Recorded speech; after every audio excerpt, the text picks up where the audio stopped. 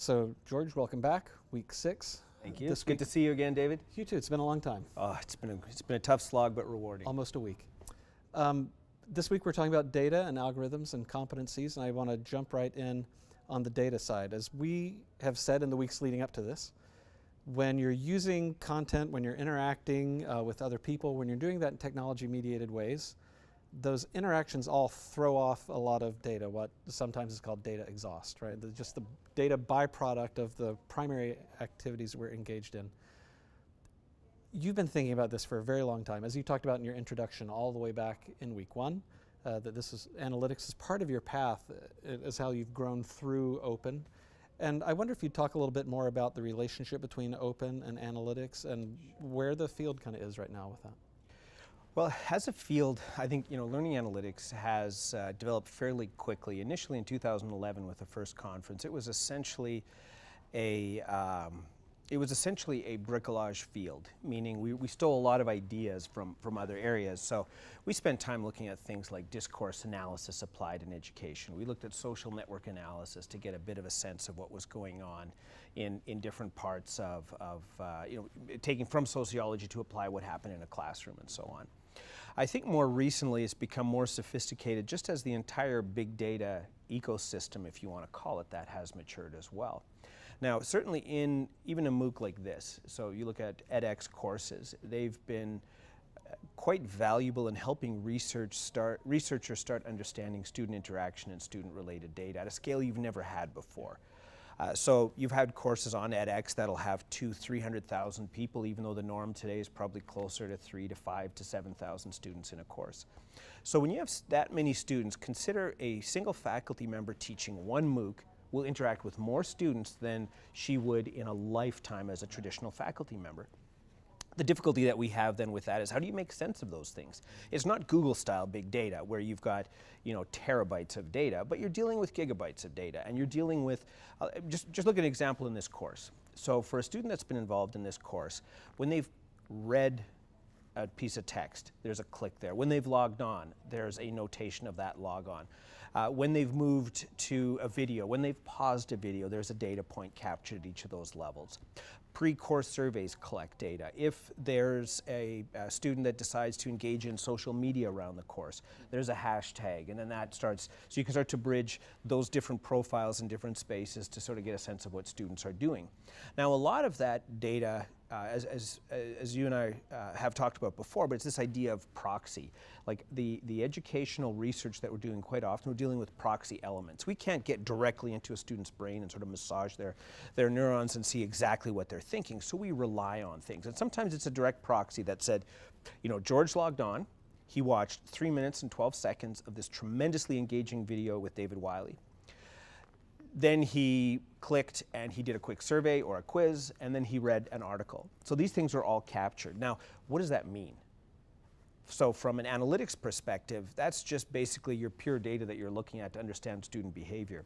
Almost everything we do, though, is computed or derived variables. So we would say, as an example, if we're trying to understand what is engagement, what does it mean to be engaged in a course? Well, there's no direct answer. We have a few data points that say, George spent 30 minutes in edX, he spent 3 minutes on the video, he spent a few minutes reading an article, he posted a discussion forum. All of those things are sort of our base data elements, but they don't tell us anything about the things that we're going to compute later on, which is George engaged? If you're trying to get at some affective dimensions, like is he experiencing the course in a positive way, or is he writing angry comments about Stephen Downes in the discussion forum? So that's where you start to get at the more sophisticated element of analytics, which is where we're maturing into. Like we have tortured log files, we have tortured Twitter hashtags, and now we're starting to move into more sophisticated analysis that will get at emotion and affect and engagement. The difficulty there is we begin to create student models, and student models are effective to a point, but they're always a complex set of if-then statements. And so variables can change, so this idea of a generic student model that tells us about a student's level of engagement may be true in one condition, but MOOCs are global. You got 120 countries represented in a course like this. What does that reflect, and how do we get a better understanding of that? So I think getting at the core of it, the data is valuable, is going to be a tremendous contributor to research. However, more and more of the work that's being happening with the analytics end is moving behind the scenes and into closed algorithmic structures. Yeah, so let's pick up on that, because that, to me, as the researcher in me just cringes at the idea that this algorithm is a complete black box. I can't audit it, I can't understand it, I can't look to see how it works. In fact, I don't know, is that algorithm even behaving in ways that are completely ethical? Is it looking at me and saying, well, based on your race and based on this, I'm going to make a recommendation to you in this way? Or without the capability for peer review, which is kind of the fundamental mechanism of the advancement of knowledge, without peer review, where does this go? How do we deal with this issue of these algorithms being black boxes? Well, I'll give you one example, and I'm fine naming names, but so there's a company that's quite well regarded, or was early on in the personalized learning space. It was Newton, and they've promoted a lot of their tool sets and platforms for a period. They were very tightly aligned with Pearson, even though there's been a bit of a change in that relationship. We've had through SOLAR, so the Society for Learning Analytics Research, we've had interactions asking if we can have a look at their data to determine whether what they're saying is accurate. Mm-hmm. Now, this is not a slight on Newton as a company, but instead it presents this problem where if we are in a data-centric world, which we absolutely are, when the analysis of that data is closed, there's only a few eyes that can see what's happening, which is very much against the ethos of what we've been talking about this whole course. The argument has been science advances most effectively when ideas can be openly exchanged, that ideas can be critiqued and challenged and, more importantly, improved upon by others. Now, there's nothing that doesn't say that Newton has the world's greatest algorithms ever created in history and that will ever be created in future generations. That may be the case, but the ethos of science is critique, openness, transparency, collaboration. And that's, I think, the thing that concerns me the most, because we can't validate when a company tells us, oh, we had a 78% increase in learning gains defined by, successful completion of a course due to the use of this personalized or adaptive learning strategy. If we can't quiz that, test it, validate it, we're moving away from what the spirit of science is. It seems like another big part of research in the academy is reproducibility. And there's been a lot of dialogue about that recently and how that's been problematic in some disciplines. But when the psychology, psychology, when the primary research method, when the primary analytical tool is a secret, it's impossible to reproduce. There's no reproducibility crisis. Then it's just It's like the whole field is Han Solo saying, "Trust me." Yeah. Exactly. That seems to be bad for the field.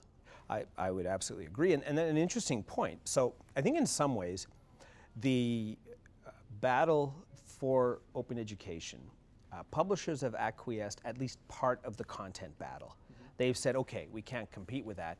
They've moved into, though, slightly higher level escalation, meaning they're looking at analytics as a competitive or value add. Mm-hmm. They're looking at different resources and tool sets and simulations that they provide to educators. So on the one hand, openness is winning at a content level, but the war itself has escalated to a different level where I haven't seen a lot of individuals play in.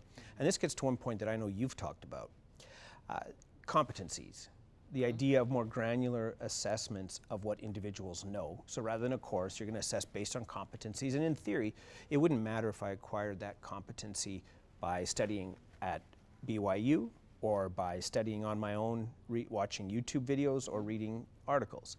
The important thing is, do I have the competency? That's the thing that matters.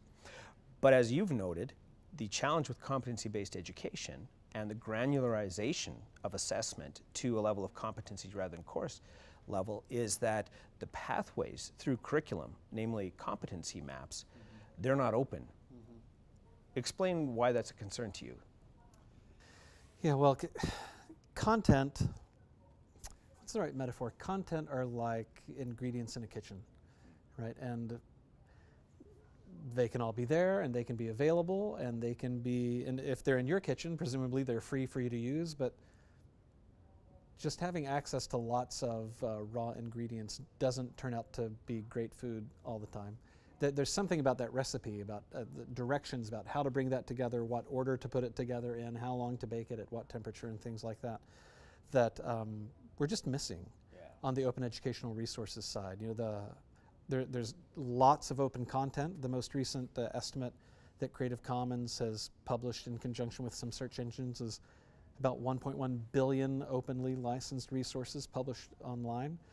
But how do you take those and what do you do with them? And without competency statements or learning outcomes or whatever it is that you want to call them, without those outcomes and without some structure of those outcomes for a suggested path or 3 or 8 suggested pathways through those, and without the content being aligned to those outcomes and assessments also being aligned to the content, being aligned to the outcomes, we're just left with a pile of content that it's hard to figure out what to do with. And you know, I'm particularly interested in continuous improvement. Right. And I think that learning analytics and OER here are so complementary in this way that with learning analytics, we would normally look at, or we would traditionally look at students, early warning, early intervention, how can we keep the student on track? I think there's a great opportunity to also look at content. Where's the content performing? Where's the content falling down? What kind of a job is the content doing in supporting student learning? And with OER, we have permission to make changes and improvements, but when we only have OER, we don't know what to change or improve. Yeah. With learning analytics, we can have great insight into where the content is standing up and where it's falling down, but without permissions, we can't do anything about what the analytics tell us. And so bringing those two together in a you got your chocolate and my peanut butter kind of way enables continuous improvement that's not possible otherwise. But I also think that we'll find that there are sequencing effects. There are things that will flow from which content did I use first and how did that set me up for success in understanding these topics later on, that without having the competency statements, the competency maps, and assessments and content aligned to those statements, it just seems like it's hard to make the kind of systematic, rigorous progress that we'd like to make in terms of understanding effective ways to support learning.